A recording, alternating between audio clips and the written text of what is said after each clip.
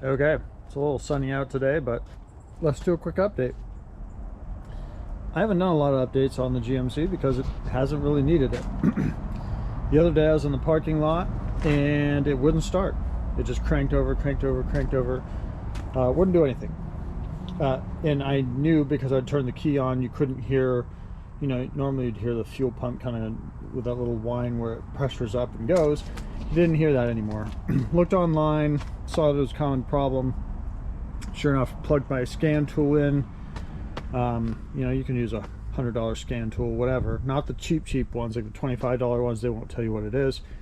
Get an actual scan tool of some level, even the Bluetooth one for like $100 on Amazon. You can plug it in, and it told me the fuel control module, basically the code came up. And so I got another fuel control module.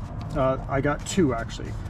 There was a super cheap one on Amazon. Let's see if I can study this enough to see the number.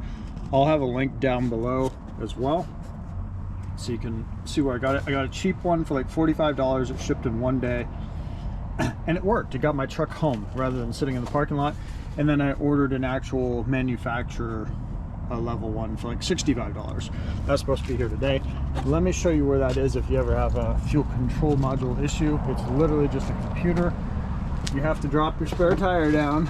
There's videos on that, and it is right there. It's two 10mm bolts, one there, one over there. You drop it down, you pull the plug out, you put the new one in. People say you have to disconnect the battery and all of that. I just had the truck off and I did it. I unplugged it, didn't disconnect the battery. Runs great now. And like I said, this is going to be the temporary one. I'm going to keep this in my truck in case anything happens. When I get the manufacturer one, I'm going to put that up in place of this.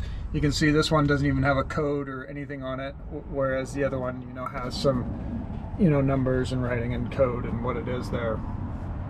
So when I get the other one, swap it out, keep that as a spare. Truck runs. Now, just as general maintenance, I am replacing my ball joints, upper ball joints. Lower ones are actually still good, and let me show you why. I noticed it started, the rubber started cracking and it's starting to, kick out grease now. And so I'm like, okay, we'll just get new ones. These are what I use, and I want to do a video on this and show you guys because I cannot believe how good these are. These are insane. TTX. Now you do have, I am using, cognito arms, so you can have the replaceable upper ball joint. If you have a stock arm, it's not going to be like this. And it's going to be, you buy the full arm or something different. But when you have cognito kit, or even another lift kit that has, these replaceable upper ball joints, you can't just search for a ball joint for, mine's a 2017. You can't just search for a 2017, it's not going to work, it's going to be different. These are specific for, the 4-bolt lift, or for the 4-bolt upper control arms. I'll include the links below. These are what I recommend. They are by MoveTech. You can find them online, and I think on Amazon, I'm not sure. This is the number you are looking for. That's what you want. Why am I so strong on these? I'll show the other side too. I've had a lot of lifted trucks in my life. You can see the TTX stamped in what I've been using. This one's actually good. It's still holding, but I'm going to replace both at the same time. So, and then of course I'm going to get alignment after I replace them. It doesn't take that long to replace. They're pretty quick. Why am I so amped on these?